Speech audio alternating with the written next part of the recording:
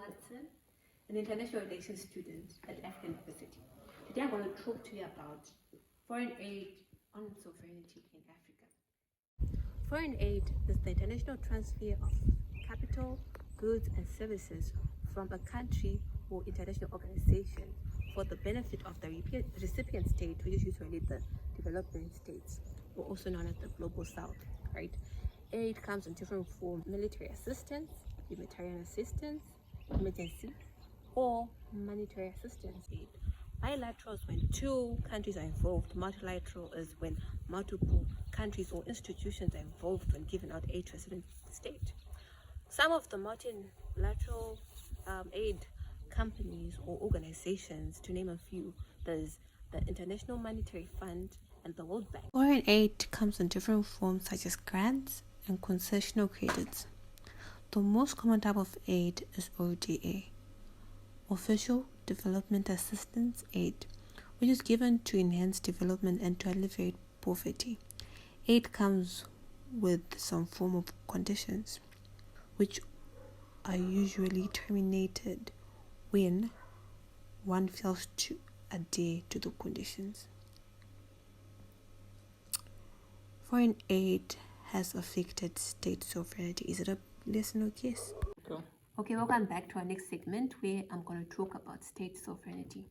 It is a concept that was formulated in the latest part of the 16th century, right?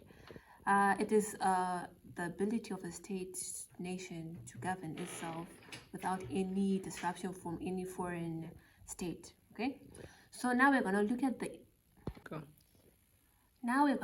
impact of foreign aid on state sovereignty. First of all, we look at what the donor's interest is, right, when they donate to other states. And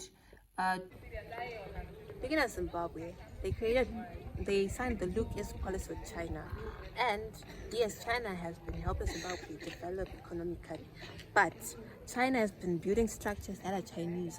Look at the Longqing Plaza in Harare, Zimbabwe, and also they have been encouraging people to speak Mandarin, which is not even a Zimbabwean native language. It's not even one of the Zimbabweans' native languages.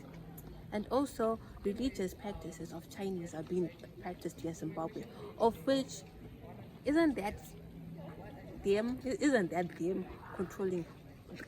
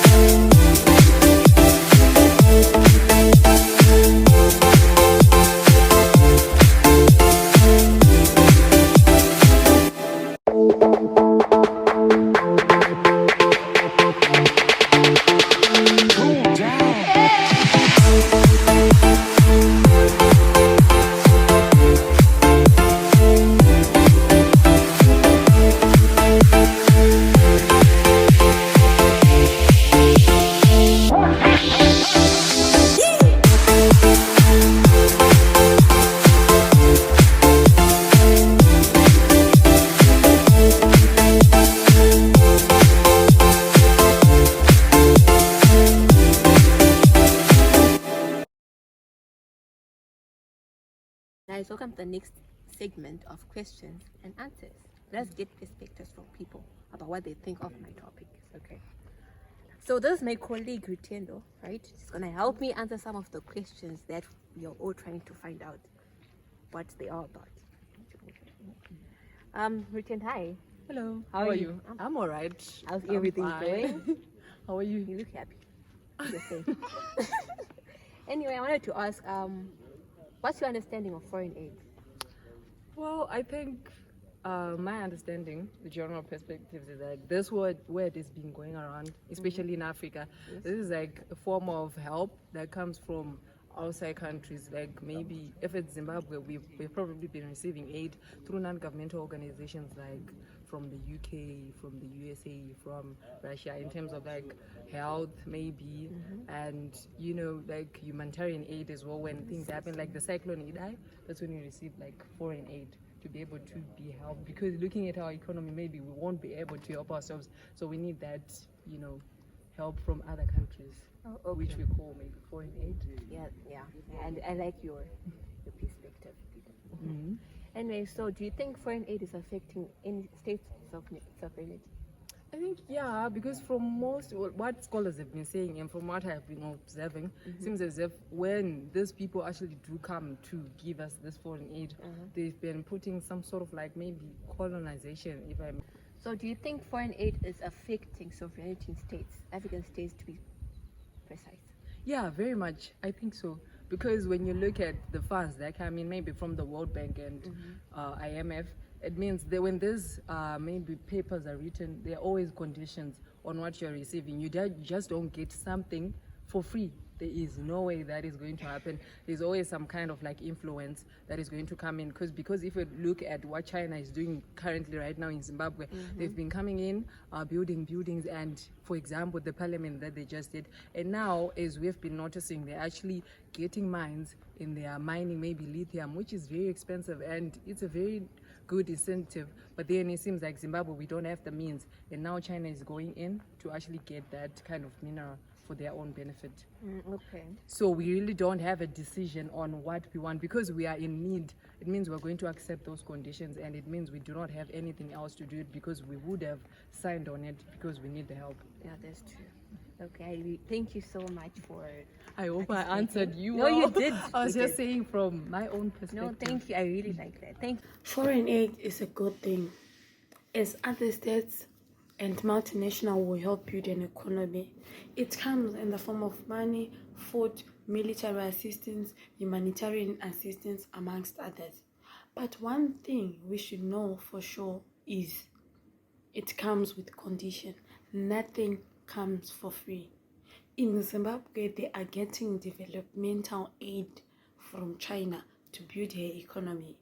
But this has, however, undermined Zimbabwe's sovereignty. Let's take a look at the Chinese.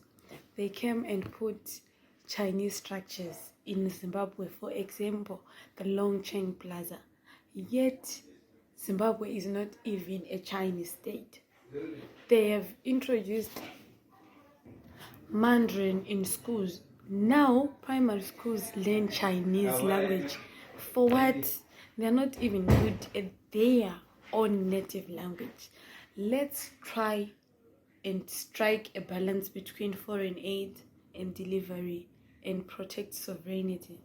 Is that even possible though? Foreign aid on the sovereignty in Africa is a very big topic. I don't think I can say it better. Rather than, I think when Dambisa Moyo said it, she said it better when she said foreign aid is dead aid. So when we're talking about foreign relationships, diplomacy, it's not about, I'll do something for you so that your nation prospers and we drive joy from that. It's about, I'll do something for you so that you in return, for someday, you owe me a favor. That's how power works. Power works about how many favors do people owe you. And foreign aid is the same. It's taking away nations, their sovereignty, especially in Africa.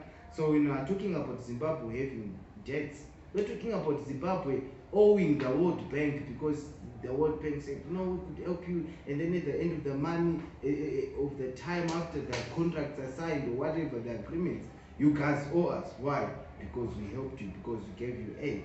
And at the end of the day, you are at the mercy of them. And just like the United States, it's a fact. They are saying to some countries, I think even including Zimbabwe, we will not help you if you don't pass some rights, or you don't recognize that gays are people too. We do recognize that, or that you don't recognize gay rights, LGBTQ rights. I think as a nation, it's up to us to decide those things. If you guys want to help us, just help, you see. But then if the help comes with T's and C's, that means you are damaging our own country. So to a greater extent, the foreign aid uh, takes away control from nations. It takes away control from whatever we want to do as people. Our presidents butt licking other presidents because they want help, and at the end of the day, we suffer. Just like here in Africa, we've seen most people, we are now independent, kicked out the white men. They are out of our country, we have control. But now we have the Chinese, they are building our roads, they are building infrastructure, they're doing all the good stuff. But at the end of the day, we see industries that they own, that we have relatives working for Chinese. It's steel factories, but we don't know where the steel is going because it's not being used in our country because our economy is that bad. We are not seeing it. But then those guys are giving us aid. Those guys we are even I've done history, and China, Russia, they did play a very big part in our nation's independence. But those arms they gave us, I don't know for how much are we supposed to be paid. Hola, my name is Giovanna Gonçalves from Angola, and I am an international relations student at African University. Muri bwanji jina langu ndine Maxfield Benson Moyo amaso ndimadziwika bwino ndi dzina la kusoja ndinophunzira amene ndikuphunzira pa Africa University ndipo ndikupanga program ya international relations.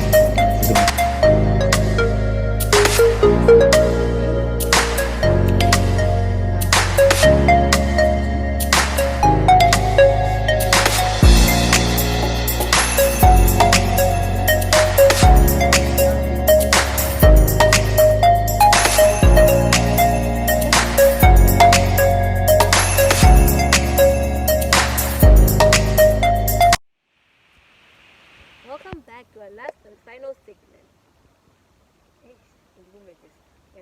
Welcome back to our last and final segment, where we are talking about foreign aid and state sovereignty in Africa.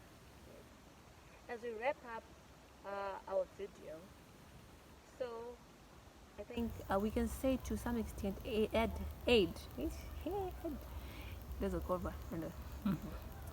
Foreign aid has an impact on sovereignty, as some of this aid has conditions attached to it. We've got US aid that has conditions that have to do with democracy, human rights, and good governance, right? So we get countries that get support from the US states, right, during elections due to the fact that they want to promote and enhance democracy, okay? So failure to just adhere to what they need, right, will lead to them terminating the aid. Failure to adhere to the terms of the aid will lead to them terminating it, right? This is why most countries get aid from the USA to make sure that democracy is upheld. Because the main purpose of democracy is for that, for states to encourage to have free voting rights,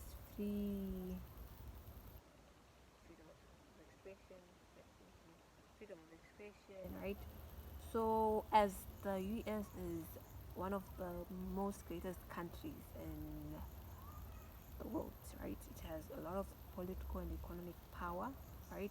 It wants to send forth its ideology around the world, right? So that's why it does it through the giving of aid, especially in developing states, right? So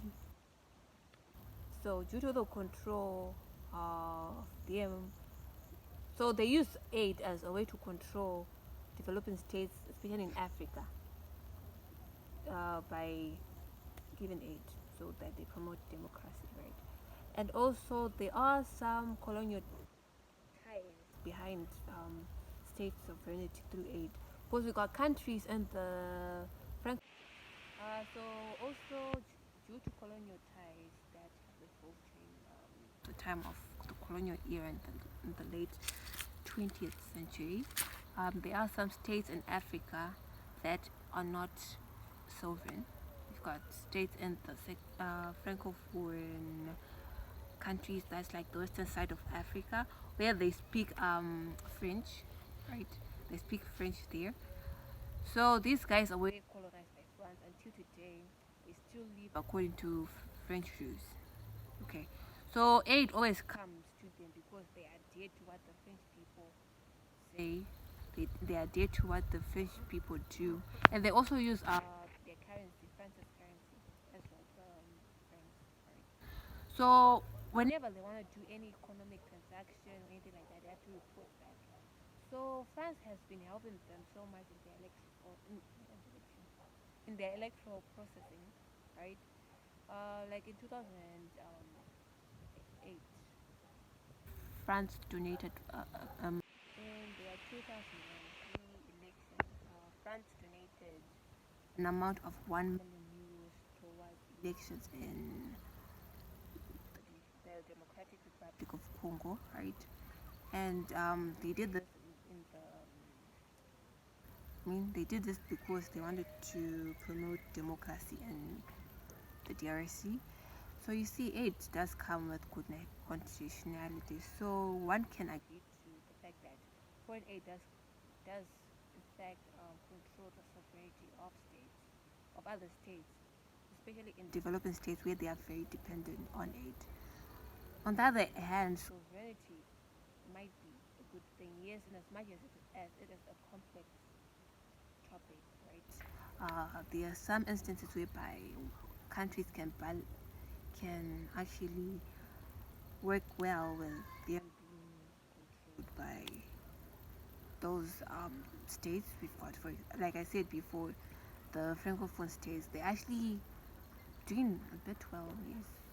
Yes, a bit well because of them getting aid from France, and also this countries, right, also are able to pursue their agendas, right, due to the monetary aid that they get from these donors. So in some sense, it is very beneficial because during elections they get technical assistance in terms of in terms of gadgetry for elections. They also get financial grants, and this at times helps them promote their economy, despite there being leaders who are greedy in Africa, who might want to use the money for corruption, but at some point, yes, countries can really work when they are under other states also. However, it should be removed in this African society that states should be controlled by donors, right, who give aid. Because as Africans, I think we should put policies that limit the power of donors who aid towards a certain cause in a certain country that they are for should be limited to some extent, or states can actually find a balance to get aid at the same time whilst protecting their own sovereignty, because a state needs to grow on its own. You don't need to be dependent on anyone. Actually, looking at it from this point of view, the francophone states are actually working towards creating their own currency, right? Because yes, in as much as yes, they are growing slowly and surely, they no more want to be under French control. Because look at it, it's like colonization again. It's repeating itself in the 21st century. So yeah, that's all on my topic, and thank you for listening. Thank you for taking your time to listen to my what's this video.